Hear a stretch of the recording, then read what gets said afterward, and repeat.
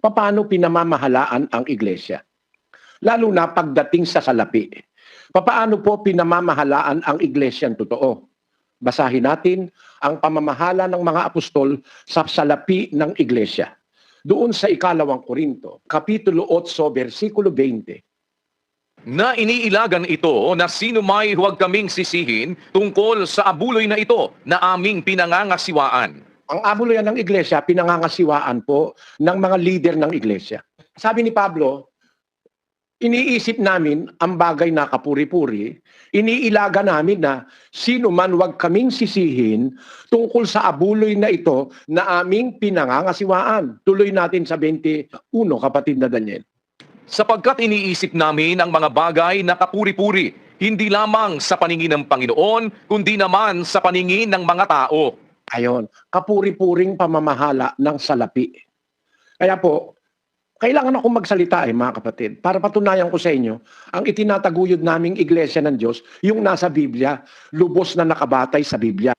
Na gusto kong i-share sa inyo. Sa iglesyang ito, ang naghahawak po ng pera, hindi ako, hindi rin si kapatid na Daniel. Para walang mag-isip ng masama sa amin. Kami kasi ang nangangasiwa Ako po ang nangangasiwa sa pangkalahatan, si kapatid na Daniel ang second na nangangasiwa. Pero tanungin niyo ang aming mga kasamahan. Ang kapatid na Daniel, wala siyang hinahawakan pera ng iglesia. Meron siyang perang hinahawakan, pera niyan sarili. Meron kasi siyang mga kinikita.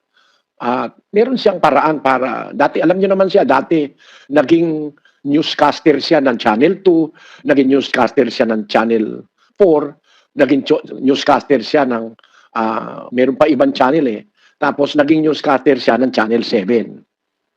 At noong mga panahon na yun, kumikita naman siya na i-invest niya sa ibang mga bagay. Nagkaroon siya ng maraming eksperyensya sa hanap buhay, kaya marunong maghanap buhay ang aking pamangkin, si kapatid na Daniel. Ako naman ganun din. Hindi naman ako umaasa ng kakainin ko sa abuloy ng maliliit at mahihirap na miyembro ng iglesia. Meron din naman po akong hanap buhay, mga kapatid. Para lang sa hindi nakakaalam kung ano ang pinagdaanan ni kapatid na Daniel, magpakita nga tayo ng ilan. Kasi mga tao ngayon, maaaring hindi na nila alam yun. Si kapatid na Daniel po ay dating newscaster, DJ sa DCMM, sa ABS-CBN. Ayan. Mayong buntag, kaninyong tanan na magkabigat iyo amin apo. Buenos dias, señoritos, señoritas. Nakaraang mga panahon na talagang si kapatid na Daniel, hindi naman siya nagministro na walang laman ng bulsa niya at siya ay kagaya ng iba. Meron naman siyang natapos at naging professor din siya ng journalism sa Centro Escolar University. Ibig ko sabihin, hindi naman para itanyag yung karangalan ng tao. Pinapakita ko lang sa inyo na si kapatid na Daniel, kung pera ang pag-uusapan, hindi naman siya kapos na wala siyang pera para maghangad ng pera ng iglesia. Siya po ay naging katulong ko sa maraming bagay sa pamamahala. At inaamin ko pamangkin siya, anak siya ng kapatid kong bunso. At sila lahat naman mga kasama sa iglesia ng Diyos. Pero kaming dalawang nangangasiwa, hindi po kami naghahawak ng pera ng iglesia. Ang hawak namin, resibo. Ang isa sa may hawak ng pera ng iglesia, andyan ba si kapatid na Resty, kapatid na Josel? Diyan po, Brother Resty. Opo, kapatid na Eli, Josel. Totoo po lahat ng sinasabi ng kapatid na Eli tungkol po sa pananalapi. Hindi po silang mahawak ng pera ng iglesia, hindi po. Resibo lang po ang makakarating sa kanila. At yung pong abuloy po ng iglesia, kung mayroon man, pinapakaliit po, hindi po nakakarating sa kanila ng ano yun. Nag-aabono po sila, naghahanap buhay po ang kapatid na Eli para po matugtungan yung kulang ng abuloyan.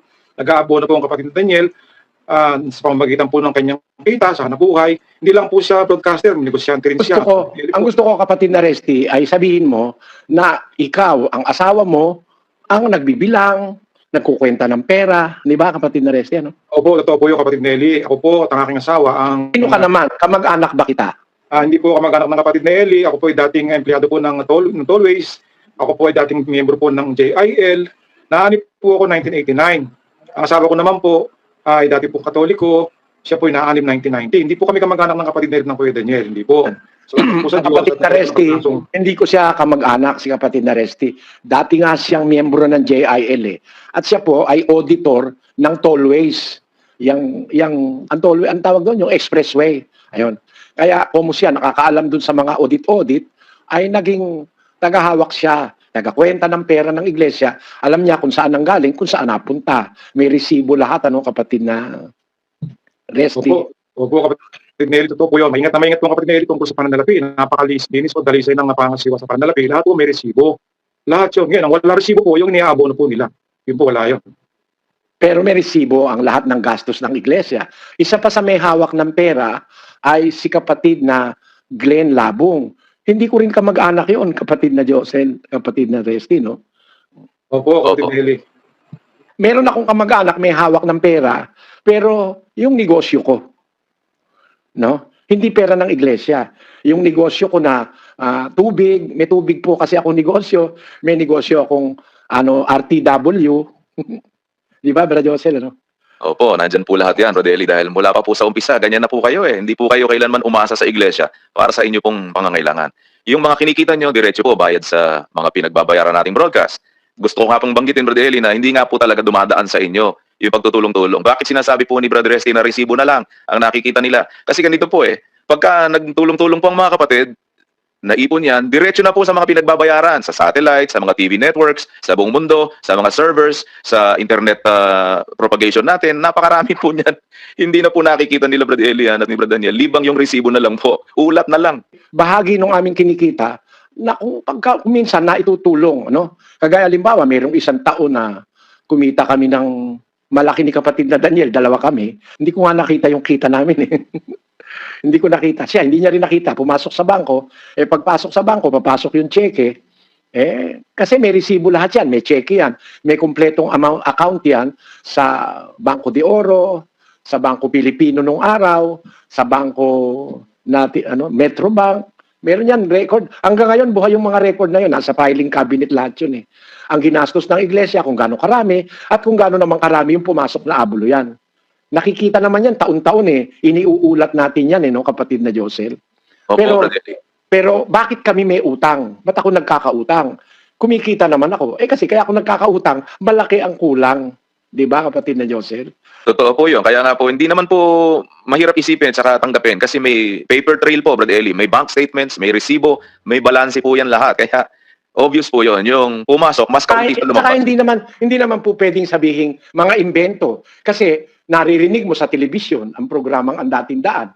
Naririnig mo sa Brazil. Naririnig mo sa Argentina. Naririnig mo sa Latin America. Naririnig mo ang programa sa Africa. Naririnig mo sa kung saan po pwedeng maglagay. Pag narinig mo, hindi biro yun. Pera yun. Dollar pa nga yun Bro Josel Di ba? Opo. Dollars na po katumbas ng Brad Eli. Kailangan yon ay patunayan pa na magdududa ka pa para makinig ka lang, alam mo na yung oras na yon bayad yon. Hindi ka naman ibo-broadcast kung walang bayad eh. Ang tawag doon, pay before broadcast. Ano, Brad Josel, paano yon? Opo, PBB, pay before broadcast nga po, Brad Eli. Yun po ang kalakaran sa industriya talaga. So kaya po pag napanood kayo ng mga tao, nakakita sila. Alam mo ngayon, may mga Bible exposition po tayo, iba-ibang mga lugar. Nakikita ng mga kababayan Pilipino natin, iba-ibang lahi na nagtatanong sa inyo. Hindi po nakatagpo sa atin yan ng ganun lang. Nakapanood po sa mga broadcast natin yan and then they joined the Bible exposition to ask questions sa inyo po, Brad Eli. So lahat po yun, yung nasa likod nun, gastos po lahat yun. Dollars po ang katumbas lahat ng mga yan, mga kababayan. Ganun po yan. Wala pong At libre. hindi lang yun, sa mga Bible exposition, nagpapakain din tayo sa mga bisita, gaya ng ginawa ng Panginoong Jesus. Hindi naman niya, kung minsan ng Bible exposition, 1,000 ang taong dumarating, ano? O, tinan mo naman ito. Pakainin mo ito ng kahit merienda lang.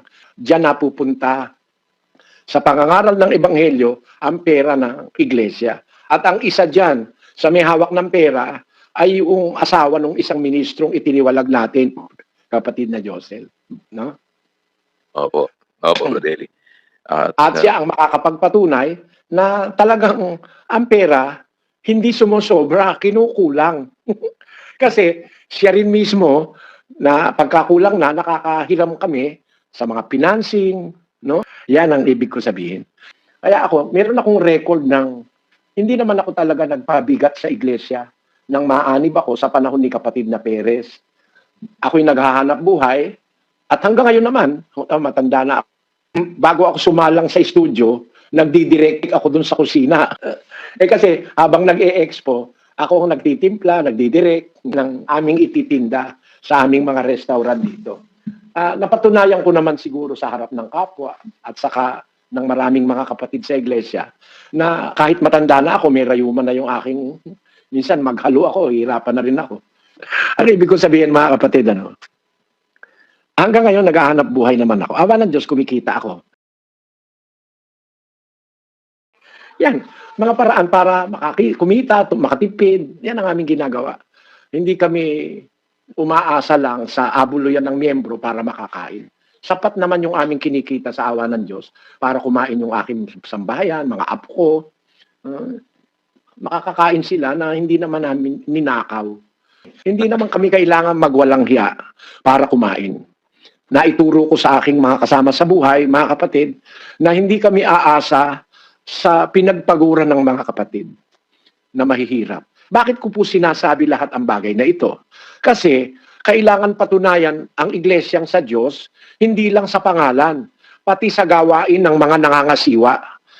Kaya pinakita ko sa inyo ang klase ng mga nangangasiwa sa ibang iglesia ng Diyos, hindi para magyabang o kundi para magtanyag ng sarili, kundi ipakita sa inyo, gaya ng ipinakita ni Pablo sa 20:35 ng gawa. Nagbigay halimbawa ako sa inyo sa lahat ng mga bagay na sa ganitong pagpapagal ay dapat kayong magsisaklolo sa mahihina at alalahanin ang mga salita ng Panginoong Hesus na siya rin ang may sabi, lalo pang mapalad ang magbigay kaysa tumanggap.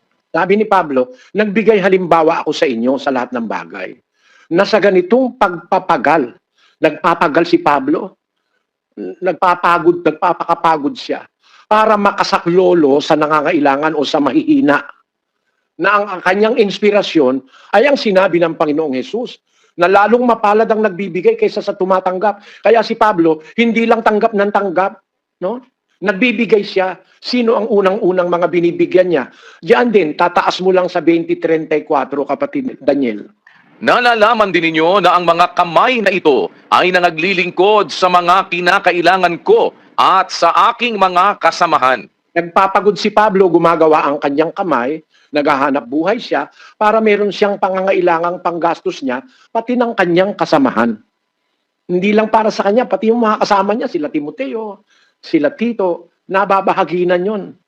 Kung kinita niya, nabibigyan niya rin ang kanyang kasama. No? Opo. At yun ang sinabi niya, gumagawa, nagpapagal ang aming mga kamay. Yun ang sinasabi niya dun sa 4:11 ng unang Korinto. Pakinggan niyo mga kababayan ng mga talatang ito. Ito, magbibigay sa inyo ng ideya kung anong klaseng pamumuhay ang mga ngaral na sumusunod sa Diyos. 4:11. Hanggang sa oras na ito ay nangagugutom kami at nangauuhaw at mga hubad at mga tinampal at wala kaming tiyak na tahanan. At kami na nagpapagal na nangagsisigawan ng aming sariling mga kamay. Pagamat Ang mga apostol, kami nagpapagal, gumagawa ng aming sariling mga kamay. Basahin natin ang 18:2 ng Kawikaan. Ginagawa ni Pablo. At nasumpungan niya ang isang Hudyo na nagngangalang Aquila, isang lalaking tubo sa Ponto, na hindi pa nalalaong nanggagaling sa Italia, kasama ni Priscilla na kanyang asawa, sapagkat ipinag-utos ni Claudio na ang lahat ng mga Hudyo ay magsialis sa Roma at siya'y lumapit sa kanila. At sapagkat ang hanap buhay niya ay gaya rin ng kanila, ay nakipanuluyan siya sa kanila at sila'y nagsigawa, sapagkat ang hanap buhay nila ay gumawa ng mga tolda. Ang hanap buhay ni Prisca at ni Aquila, gumawa ng tolda. Nung magkita-kita sila ni San Pablo, apostol na si Pablo niyan, nakisama si Pablo sa kanila kasi pareho sila ng hanap buhay. Si Pablo rin, manggagawa ng tolda. Gagawa sila ng tolda buhat-buhat, yung para bang tent, no? Ibinebenta nila yon. Yun ang hanap buhay ni Pablo. Kaya yung sinasabi ng mga pastor ngayon, kailangan ikaw ang mangangaral, hindi nagtatrabaho. Sabi ng iglesia ni Manalo, bawal ikaw magtrabaho, ministro, dapat mangangaral lang. Katarantaduhang aral yan. Si Pablo nga, apostol na, bumubuhay pa ng patay, nagtatrabaho pa eh. Iri naman mga pastor ngayon hindi man makabuhay ng ipis eh. May sariling eroplano. Saan galing? Sa miyembro. Hindi kayo nakukonsensya, mga demonyo kayo?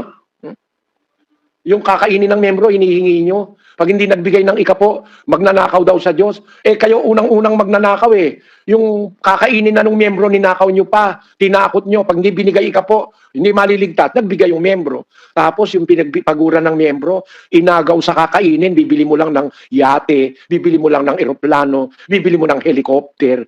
Ang titigas ng pagmumukha nitong mga pastor na ito. Ang mga apostol, mga ngaral na nangangasiwa ng iglesia ng Diyos ng una, nagsisigawa.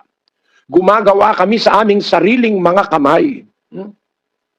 Yun ang sabi ni Pablo. Naghahanap buhay. Kaya po ako, yun ang natutunan ko eh. Mula nung mag-aral ako ng pagkaministro, natuto akong maghanap buhay. Ayoko kasing umasa.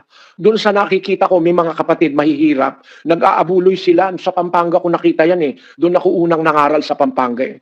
Nakita ko mga kabataan doon, walang makain eh. Ang gagawin ko, magtitinda kami, nalilibre ko sila sa pagkain, katulong ko sila. Marami akong saksi dyan. At sa loob ng 11 taon na nangaral ako sa Pampanga, hindi ako nagpabigat sa kahit kaninong Kapampangan. No? Tinulungan nila ako ng kusa nila, naghahanap buhay kami, kumikita kami. Kaya meron silang kita, meron akong kita. Yung kinikita ko naman, ginagastos ko, pangbayad ng sasakyan, gabi-gabi umaarkila kami ng minibus, magpupulong kami, magpipreaching kami sa iba-ibang lugar. Ayun, yun ang naging kasaysayan. Na doon ako natuto na wag umasa sa pagod ng iba. Sabi kasi ng Diyos, sa pawis ng iyong muka, manggagaling ang iyong kakainin. Hanggang sa ikaw ay mauwi sa alabok. Sapagkat diyan ka kinuha, ikaw ay alabok, at sa alabok ka uuwi. Sabi ng Diyos kay Adan. Kaya hanggang matanda na ako mga kapatid, gusto ko yung kakainin ko. Hindi pwedeng sabihin inagaw ko sa kapatid na mahirap yung kakainin ng kanilang mga anak. Kakain din kasi ang aking mga anak. Pinagpaguran ko ang aking kinakain. Yun din ang itinuro ko kay kapatid na Daniel. Magpagod, gumawa ng paraan para kumita. Ay, meron din siyang negosyo ngayon na pinagkakakitaan. At yan, hindi naman masamang pag-usapan kasi nasa Biblia eh. Yung diwa na yon na ang mga ngaral ng iglesia totoo. Hindi ang interes sa iglesia, pera. Hindi ganon. Ang interes yung nasa 12-14 ng ikalawang Korinto. Narito, ito ang ikatlo na ako'y handang pumarian sa inyo, at ako'y hindi magiging pasanin ninyo, sapagkat hindi ko hinahanap ang inyo, kundi kayo, sapagkat hindi nararapat ipagtipon ng mga anak ang mga magulang, kundi ng mga magulang ang mga anak. Ang natural kasi, kapatid na Josel, ang magulang ang nagtitipon para sa anak. Hindi ang anak ang magtitipon para sa magulang. Ang sabi ni Pablo, ikatlo ko ng punta ito sa inyo, hindi ako magiging pasanin ninyo, sapagkat hindi ko hinahanap ang inyo, kundi kayo. Ang hinahanap ng ministro, hindi yung pera ng miyembro, hindi yung kanila, kundi sila. Hindi ko hinahanap ang inyo, kundi kayo. Yun din ang sinabi niya doon sa 20 ng gawa. Sabi niya ay, hindi ko inimbot ang pilak ni numan o ang ginto o ang pananamit ni numan.